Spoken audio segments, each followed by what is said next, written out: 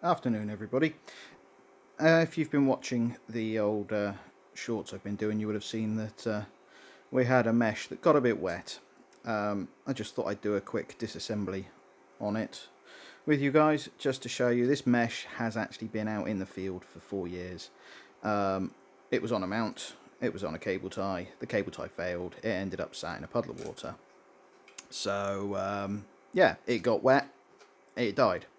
So let's just do a quick run through on how well it actually survived up until that point, and we'll see how well the meshes do actually survive long term, being out in all the elements and going from there. We'll start off at this end. I mean, we've got the aerials, so both antennas, although they look just faded, unfortunately they have suffered. If I come down to the end, you can see the old UV has eaten away at this antenna in particular, so there's a nice big hole in the top of it,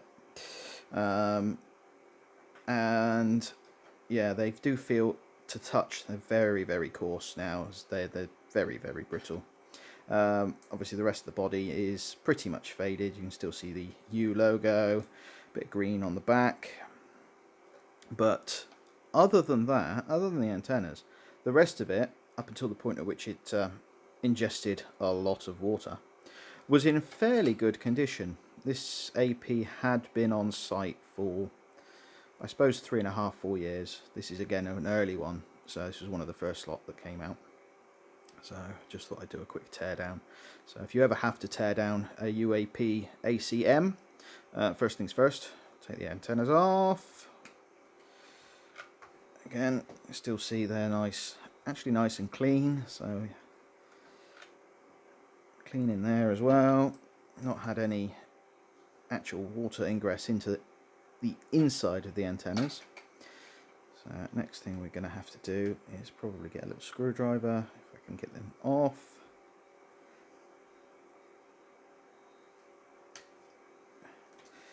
Take off the two O-rings at the top. Come here. Get rid of them out of the way. And underneath those we've got two brass locking rings in place, for which I will need a screwdriver. Where did I put my screwdriver? That one will do.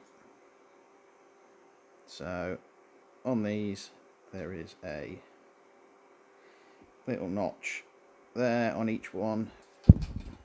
Knock the camera over.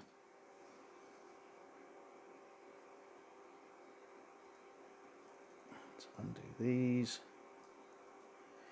A bit of gentle force.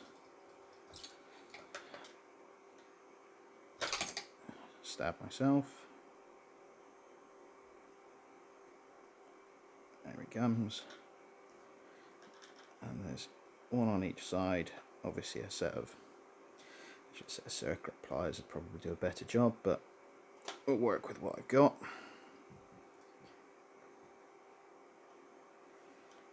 And unscrew the pair of these off of this unit.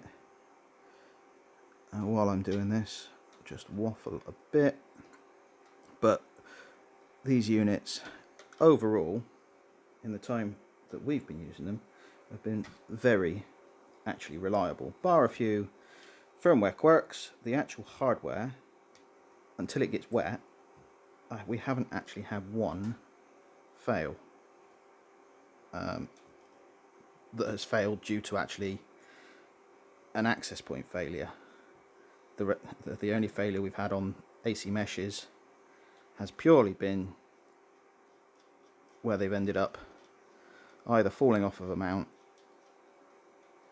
or ended up in a puddle of water somewhere due to being smacked around. But other than that, they have been very, very well behaved. Something that actually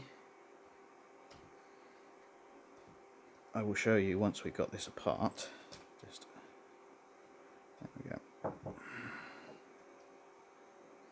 Is that the UAP AC-M was not actually the original name for this device.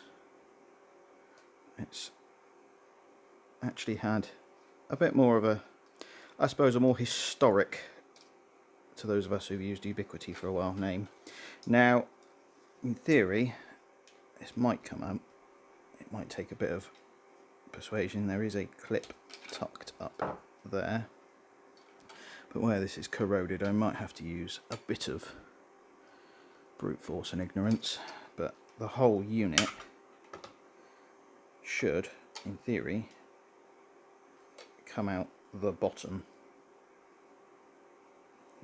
So I'm not too fussed about damaging it because the water's already done that. Apply some pressure on the antenna ends on a soft surface, and in theory we should be able to now pull the whole unit, antennas and all. Let's just apply a bit more pressure. You can see it slowly sliding out.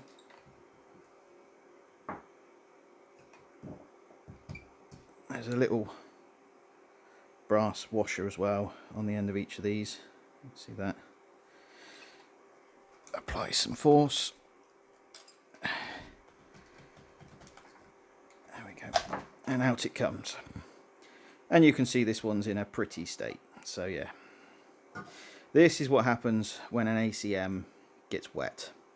Now, if I'm right, on the back we'll have even more carnage. I mean, you can see this thing's properly burnt out. But what the eagle-eyed people may notice is the original name for this point was the UAP AC-Pico. Obviously because it was based to replace this, which is a Unifi Ubiquiti, well, not a Unifi actually, this is a Ubiquiti, this is a Pico Station 2 HP.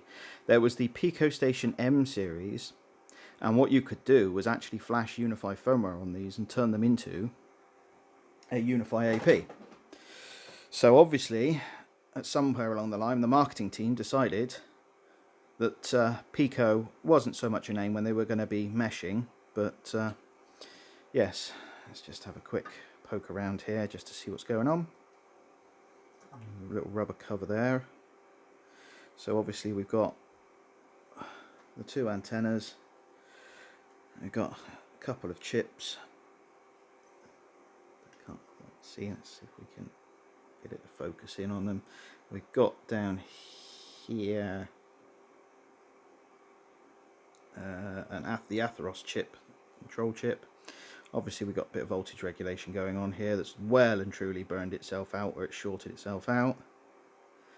And we've got a couple of Q chips, which possibly are Qualcomm chips. And then we've got a Ubiquiti branded chip up the top. Now, I'm not going to profess that I'm an expert on integrated circuits. It's not what I do, unfortunately. But you can see we've got a serial port tucked down here, obviously for either programming or potentially recovering. But yeah, this is what happens when water gets in. And just to show you, this is the other unit that we've had fail due to water ingress. And again, a bit cleaner, but still well and truly, you can see the tide line. This one ended up upside down for a while, so you can see the water line there. But it's definitely burned a few things out. The power side of it is survived. And again, UAP AC-Pico. So there you go. This is an AC-M, but it should have been an AC-Pico. So just something silly. It's what happens, unfortunately. Oh, is that a magnet? Is it just stuck? No, it was just a bit of stickiness. Got the shield obviously on the back. Does that come off? Let's have a quick look. This one's a bit nicer to work on because it's cleaner.